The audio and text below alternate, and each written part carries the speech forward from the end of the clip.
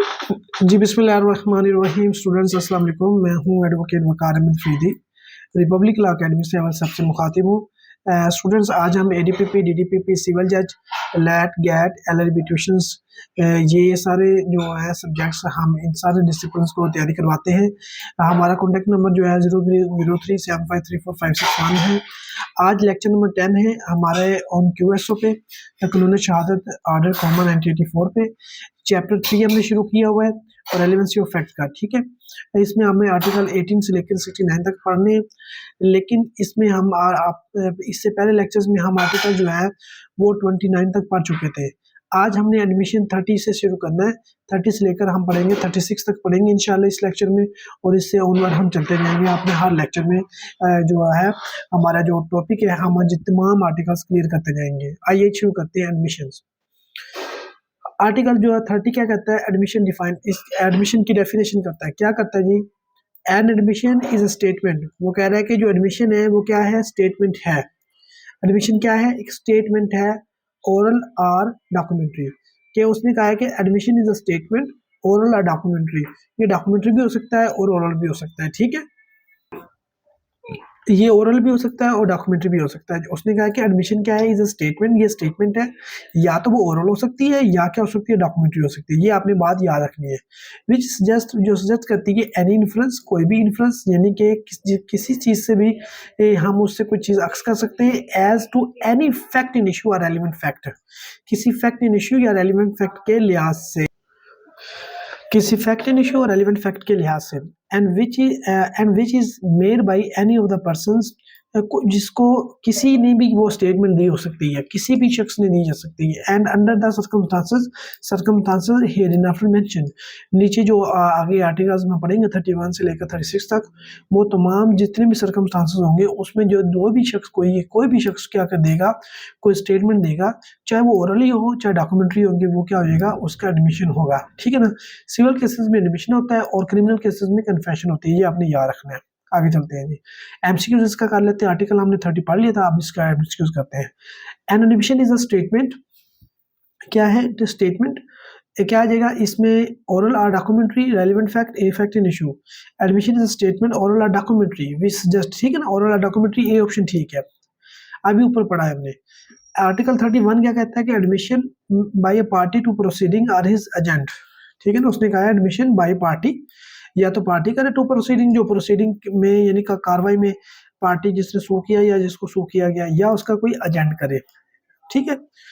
Statements made by the party to the proceeding, जो statement देता है वो चाहे ओरली हो चाहे रिटर्न हो, डॉक्यूमेंट्री ऊपर हमने पढ़ा है, तो क्या हो जाएगा? बाय या by an agent to any such party, उसका प्लेंटिफ का एजेंट या डिफेंडेंट का एजेंट कोई स्टेटमेंट देता है, whom the court regard, जिसको कोर्ट सवर करती है, under the circumstances of case के सर्कमस्टांसेस के मुताबिक, एज एक्सप्रेसली और impliedly authorised by him to make them, जिसको यानी कोर्ट क्या करेगी?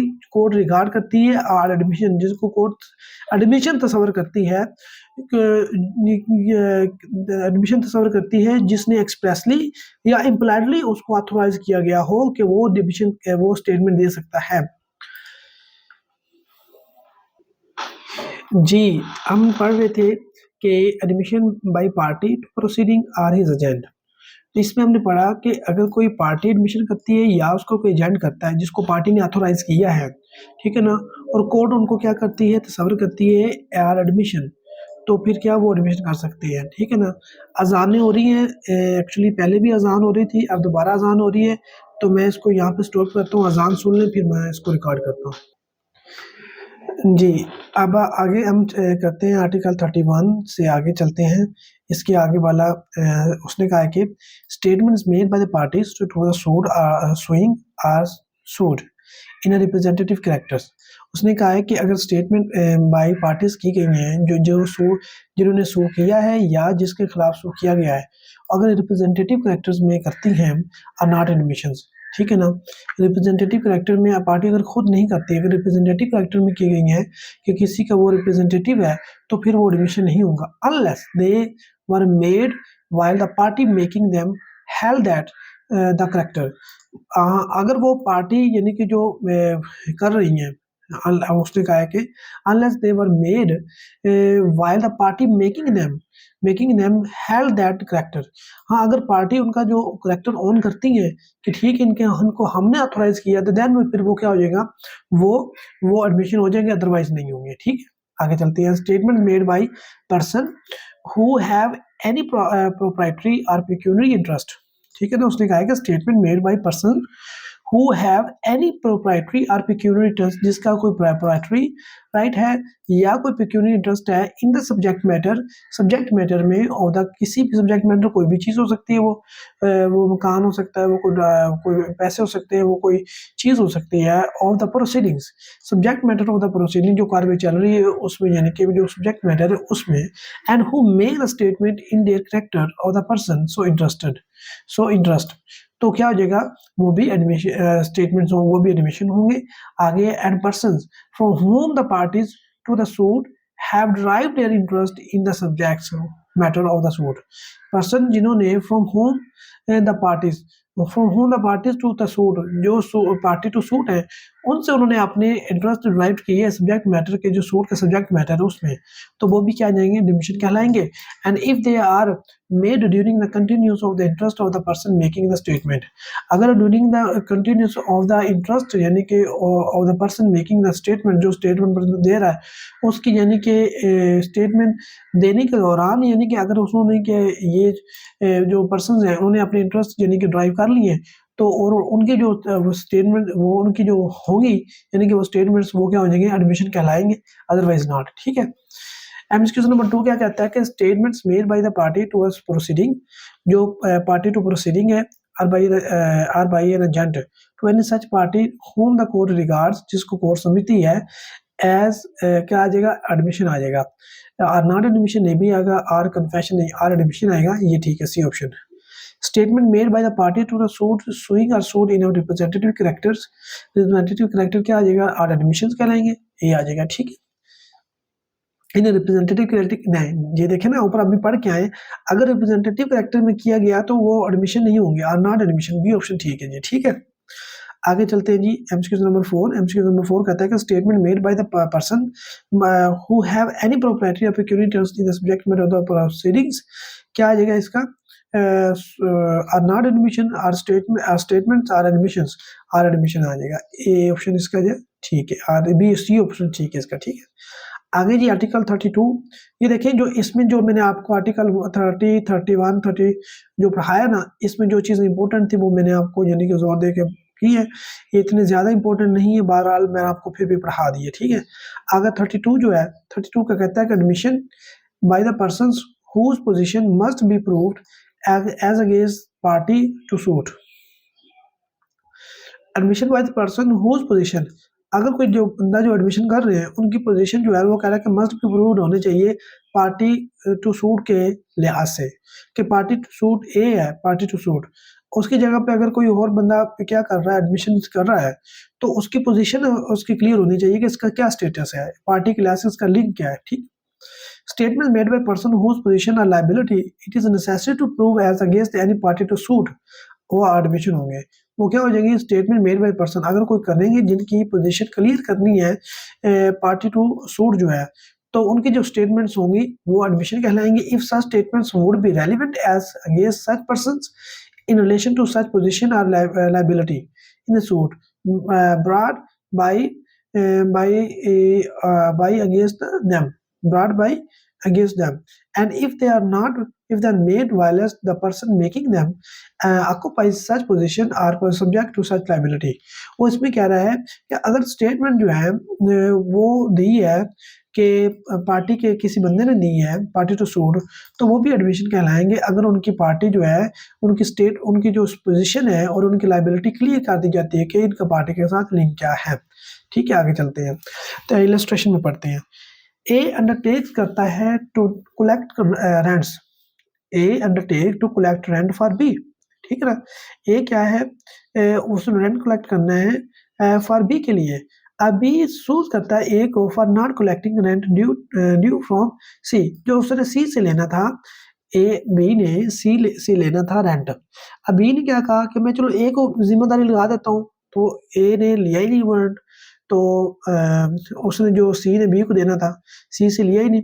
तो A denies that the rent was due from C to B. A deny कर देता है कि जो रेंट जो था वो था क्या, was due from C to B, कि बी सी ने तो बी को रेंट देना ही नहीं था, ठीक है ना। अगर इस बात से इनकार करता है तो ये उसकी जो स्टेटमेंट्स होंगी ये उसकी स्टेटमेंट्स होंगी क्या जो ये एडमिशन होंगे, ठीक है। आगे चलते हैं। A statement by C that he or B rent, उसने B का रेंट देना है, उसने B को रेंट देना है, is admission, उसकी स्टेटमेंट एडमिशन कराएगी। And is relevant fact as against the A if A denies that C did of rent to C, if denies that C did of rent to B। मतलब उसने कहा है कि अगर जो है ना A कहता है, ये कहता है कि ए ये कहता है कि जो स्टेटमेंट देता है by C, A statement by C that A he owed B rent. अगर सी ये कहता है कि बी को मैंने रेंट देना है तो उसका ये कहना एडमिशन कहलाएगा, इतराफ़ होगा, उसका इतराफ़ उसने कर लिया कि मैंने देना है। एंड इज रेलिवेंट फैक्ट ये अगेंस्ट द ए, और ये रेलिवेंट फैक्ट अगेंस्ट ए है, ठीक है ना, ए के खिलाफ। If A denies that C did of rent to B, अगर ए डिनाई कर देता है ना, ये इधर हमने पढ़ा था कि सी ने तो बी को रेंट देना ही नहीं है, तो फिर ए की जो स्टेटमेंट है ना कि सी कहता मैंने तो देना है रेंट, ए ने तो मुझसे लिया नहीं जो मैंने बी को रेंट देना था, ए ने तो मुझसे मांगा ही नहीं कि बी आप में मैं मांग रहा हूँ, ठीक ना, तो उसकी स्टेटमेंट एडमिशन कहलाएगी, ठीक है। आगे हम इसको नंबर 5 पढ़ते हैं। Statement made by the person whose position or liability is necessary to prove as against the party to suit, क्या कहलाएंगे, एडमिशन कहलाएंगे, और स्टेटमेंट्स कहलाएंगे, और नॉट एडमिशन कहलाएंगे, ए ऑप्शन ठीक है जी। MCQ number 6, a statement by C that he owe B rent in admission, an admission वो एडमिशन होगा, एंड इज रेलेवेंट फैक्ट होगा against A if A denies that C did of rent to B. अगर एक इनकार करता है कि सी ने बी का रेंट नहीं देना, बी को रेंट नहीं देना, तो एक सी का ये कहना कि मैंने बी को रेंट देना है, तो ये उसका एडमिशन हो जाएगा, क्या हो जाएगा, उसका एडमिशन कहलाएगा, इज एडमिशन, इज एडमिशन आना है, यहाँ पे खाली जगह होनी थी, मैं इसको कर देता हूँ, ठीक है, ये ऐसे होना था। इसका जी बी ऑप्शन ठीक है जी। आगे चलते हैं। Admission by person expressly refer to by party to suit, admission by person expressly refer to इनको रेफर किया गया है बाय पार्टी टू सूट। जो पार्टी टू सूट है उन्होंने एक्सप्रेसली पर्सन मेंशन कर दिए कि ये हमारे ब्याह पे एडमिशन करेंगे। Statements made by the person to whom the party to suit has expressly referred for information in reference to the matter in dispute or admission। हाँ, अगर पार्टीज ने एक्सप्रेसली बता दिया गया कि ये बंदे स्टेटमेंट देंगे तो वो उनकी तरफ से वो जो स्टेटमेंट उनकी होगी वो एडमिशन कहलाएगी, ठीक है। इलस्ट्रेशन क्या है, the question is whether a horse sold by A to B is sound. अब सवाल ये है कि जो ए ने बी को जो हॉर्स दिया था, घोड़ा दिया था, वो ठीक था, बिल्कुल सही हालत में था। अब सवाल ये, A says to B, A B को कहता है गो एंड आस्क सी, जाओ और सी से पूछ लो इस बारे में बात में। सी नोज ऑल अबाउट इट, सी इसके बारे में तुम जानता है सब। सी स्टेटमेंट इज एन एडमिशन। अब सी की जो स्टेटमेंट होगी ना वो एडमिशन कहलाएगी, ठीक है। आगे चलते हैं। अभी ये यहाँ पे उसने एक्सप्रेसली रेफर कर दिया ना बी ने, किसको, ए से ए ने, कि बी को तुम जाओ और सी से मिल लो। उसने ए ने एक्सप्रेसली रेफर किया है पर्सन, उसकी जो स्टेटमेंट होंगी वो एडमिशन कहलाएगी। ऊपर भी लिखा हुआ और नीचे भी बता दिया एडमिशन। एमसीक्यू नंबर 7 करते हैं जी। Statement made by the person to whom a party to suit has expressly referred for information in reference the matter in dispute, क्या हो जाएंगे, आर एडमिशन कहलाएंगे, ठीक है। आगे आप इसको नंबर 8 करते हैं। The question is whether a horse, क्या हो जाएंगे, horse sold by the A to B is sound. अब क्वेश्चन ये कि ए ने जो बी को जो हॉर्स बेचा है, घोड़ा बेचा, वो ठीक भी था या नहीं। ए बी को कहता है जाओ और सी से पूछ लो। अब सी की जो स्टेटमेंट होगी वो क्या हो जाएगी, वो एडमिशन होगी, is an admission.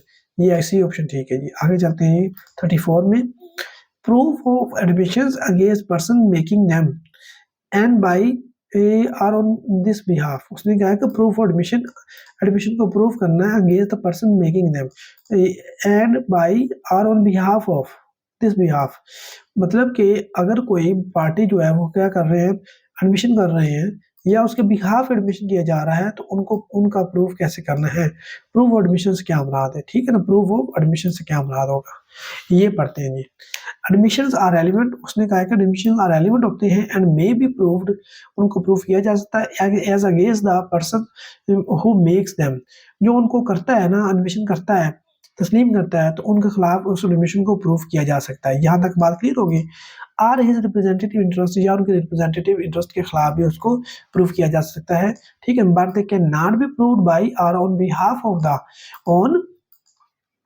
on behalf of the person who makes them or by his representative interest except in the following cases, ठीक है ना, except in the following cases मतलब उनके बिहाफ पे अगर कोई करता है या रिप्रेजेंटेटिव इंटरेस्ट होता है तो उनका वो उनको प्रूव नहीं किया जा सकता उसके खिलाफ, ठीक है ना, क्योंकि वो अगर बंदे वो नॉमिनेट करेंगे, रिप्रेजेंट करेंगे, वो एक्सप्रेसली प्रेफर करेंगे तो फिर ही यानी कि उनके बिहाफ एडमिशन हुआ है ना, अदरवाइज तो नहीं होना।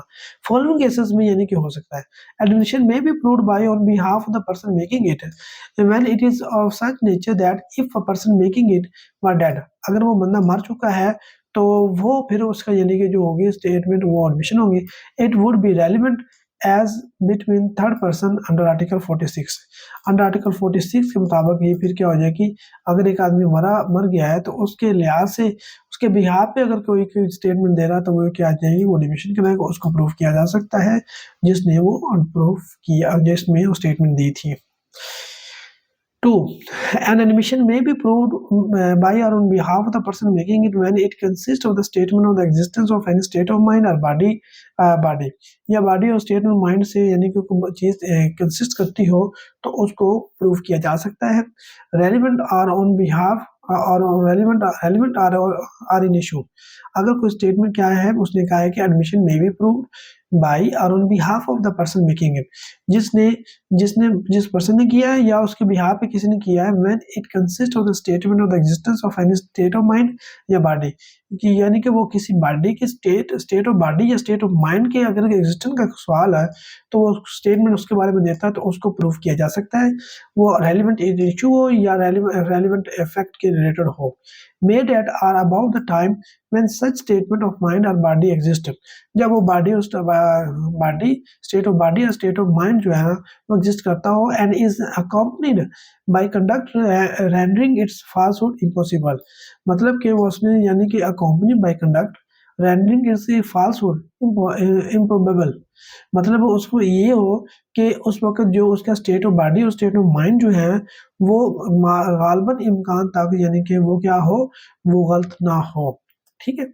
आगे है an admission may be proved by or on behalf of the person making it if it is relevant otherwise than as an admission, उसने कहा है जो एडमिशन होते हैं उनको प्रूव किया जा सकता है ऑन बाय और on behalf the person making, जो उसको एडमिशन को कर रहे हैं, इफ इट इज रेलिवेंट, अगर रेलिवेंट है, otherwise then as an admission, admission के अलावा भी यानी कि वो अगर रेलिवेंट होते हैं तो फिर भी उनको यानी कि उनको प्रूव किया जा सकता है जो पर्सन कर रहा है और जो पर्सन के बिहाफ पे कर रहा है। इलस्ट्रेशन पढ़ लेते हैं। The question between A and B is, सवाल ये है कि ए और बी के दरमियान whether a certain deed or या इज नॉट फोर्ज और इज आर नॉट फोर्ज, या वो क्या है, फोर्ज है या नहीं है, जाली है या नहीं है, जो सर्टेन डीड है उनके लिए पार्ट तो ही है। ए जो अफर्म दैट कि it is genuine, A affirm कर देता है कि ये जेन्युइन है, B that it is forged, B कहता है कि ये फोर्ज्ड है, जाली है। A may prove statement of B that the deed is genuine, अब ए जो है वो प्रूव कर सकता है कि जो डीड है वो जेन्युइन है, and B may prove the statement by A that the deed is forged, अब ए कहता है, इसने यहाँ पे उसने कहा कि A firm that it is genuine, B कहता है कि इट इज फोर्ज्ड, अब ए ने कहा कि ये जेन्युइन है, अब बी ने कहा कि ये फोर्ज्ड है, अब ए ये साबित कर सकता है कि ये फौज नहीं है, ये जेन्युइन है, और बी ये साबित करता था कि ये जेन्युइन है, ये फौज है, जेन्युइन नहीं है, ठीक है ना। ए से ये साबित कर सकता है कि ये फौज है, फौज नहीं है, ये जेन्युइन है, और बी साबित करता है ये जेन्युइन फौज है, जेन्युइन नहीं है। But A cannot prove a statement by himself that it is genuine. अपने तौर पर वो यानी कि ये साबित नहीं कर सकता कि deed is genuine. Nor can be prove a statement by himself that a date is forged, कि डेट forged जाली है, वो ये भी प्रूव नहीं कर सकता। उसको क्या प्रूव करना है? A may prove a statement of B के स्टेटमेंट को प्रूव कर सकता है कि that the date is genuine, deed is genuine. And B may prove the statement by A that the deed is forged. The deed is forged. Deed is forged. अगर ए इसमें उसने कहा कि अगर ए जो स्टेटमेंट देता है कि जो स्टेटमेंट जो है वो जेन्युइन है, तो भी उसको प्रूव कर सकता है, या डिसप्रूव कर सकता है। और जो सी और अगर बी के स्टेटमेंट देता है कि ये फोर्ज्ड है, तो ए जो है वो उसको प्रूव या डिसप्रूव कर सकता है। ये इसमें बात आएगी।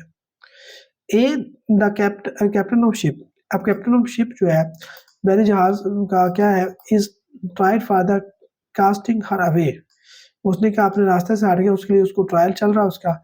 Evidence is given to show that the ship was taken out of her proper course, के मतलब के एविडेंस पे दी जाती है कि शिप को ना प्रॉपर उसके रास्ते पे चलाया जा रहा था। A produces a book kept by him in the ordinary course of business, अपने ordinary course of business वो क्या देता है, बुक प्रोड्यूस करता है, जहाँ पे उसका सारा डाटा लिखा होता है, शोइंग जो शो करती है observation alleged to have been taken by him from day to day and indicating that the ship was not taken out of her proper course, जो जिससे ये शो होता है कि जो शिप है वो अपने प्रॉपर कोर्स यानी कि रास्ते से नहीं हटी, उसको नहीं हटाया गया। A may prove these statements because they would be admissible between the parties, इनको ये प्रूव कर सकता है क्योंकि ये पार्टीज के दरमियान एडमिसिबल है। If you were dead if he were dead under article 46 paragraph 2, अगर वो ये क्या है, if he were dead, अगर ए जो है वो डेड है तो फिर उसके भी आप ये किया जा सकता है, हमने कहा आर्टिकल 46 पैराग्राफ 2। आगे चलते हैं। A is accuse of the crime committed by him at Peshawar, he produce a letter written by him and dated at Lahore on that day and bearing the Lahore Post marks of that day. The statement in the date of the letter is admissible because if a were dead, it would be admissible under Article 46 paragraph 2। आगे चलते हैं जी। ये भी आप statement पढ़ लीजिएगा, ठीक है ना, आसान है, ये भी पढ़ लीजिएगा।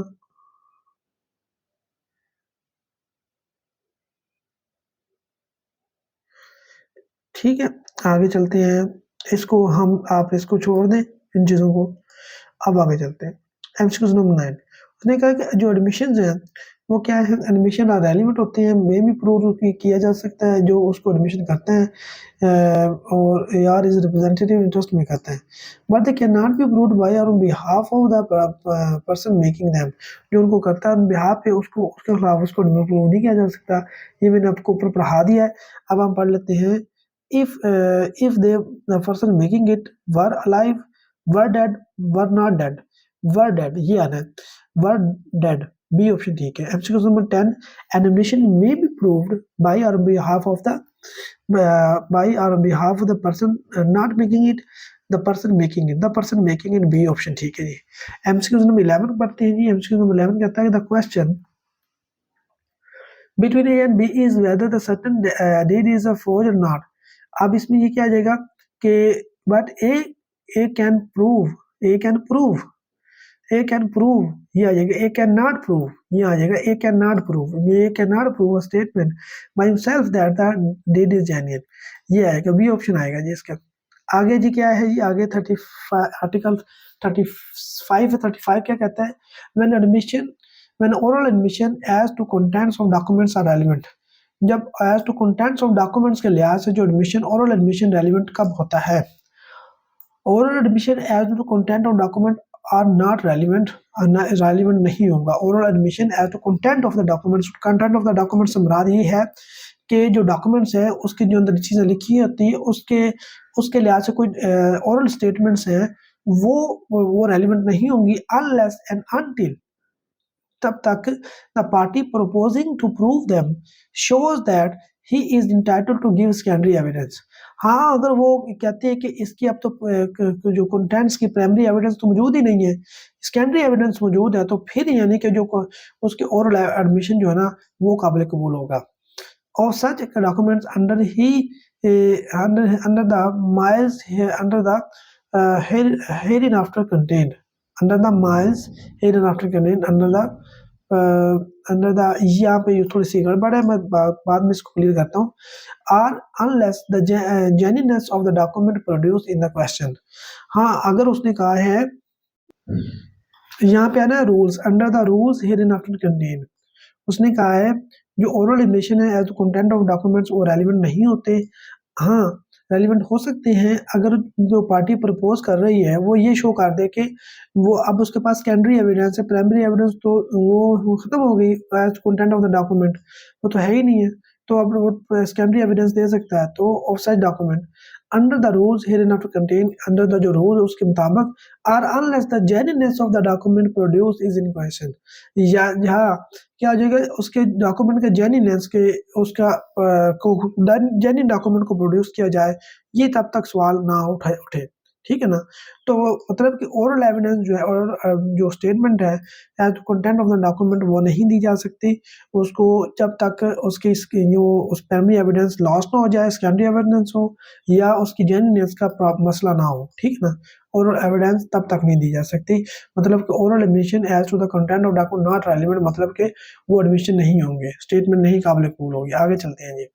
एमसीक्यू नंबर 12 ये कहता है oral admission as to the content of document are not relevant unless and until the party proposing to prove them show that he is entitled to give secondary evidence of the primary document, secondary evidence of the contents। ये जी secondary evidence of the content, secondary evidence of the content, primary evidence of the content नहीं आना। B option ठीक है जी, इसका B option ये वाला ठीक है। आगे चलते हैं जी। Admission in civil cases when relevant, admission civil cases में कब रेलिवेंट होते हैं? इन सिविल केसेस में no admission is relevant if it is made either upon an express condition, अगर इस कंडीशन पर किया गया है that admission if it is not be given, अगर एडमिशन नहीं दिया अगर एविडेंस नहीं दी जाएगी, are under circumstances from which the court can infer that the parties agreed together that the evidence of it should not be given। हाँ, अगर party court इस नतीजे पर पहुंची है कि पार्टीज ने ये तय कर लिया है कि वो एविडेंस नहीं देंगे या जो क्या है इस कंडीशन पे, यानी कि जो क्या किया गया है इन सिविल केसेस में एडमिशन एलिमेंट नहीं होगा इफ द पार्टी ये एक्सप्रेस कंडीशन लगा देती है कि the evidence of it is not be given, evidence नहीं दी जाएगी, या ये कोर्ट अंदाजा लगा लेती है कि पार्टीज ने मिलकर ये इस बात को तय कर लिया है कि एविडेंस नहीं दी जाएगी, तो फिर क्या है वो इन सिविल केसेस में जो एडमिशन है वो रेलिवेंट नहीं होगा।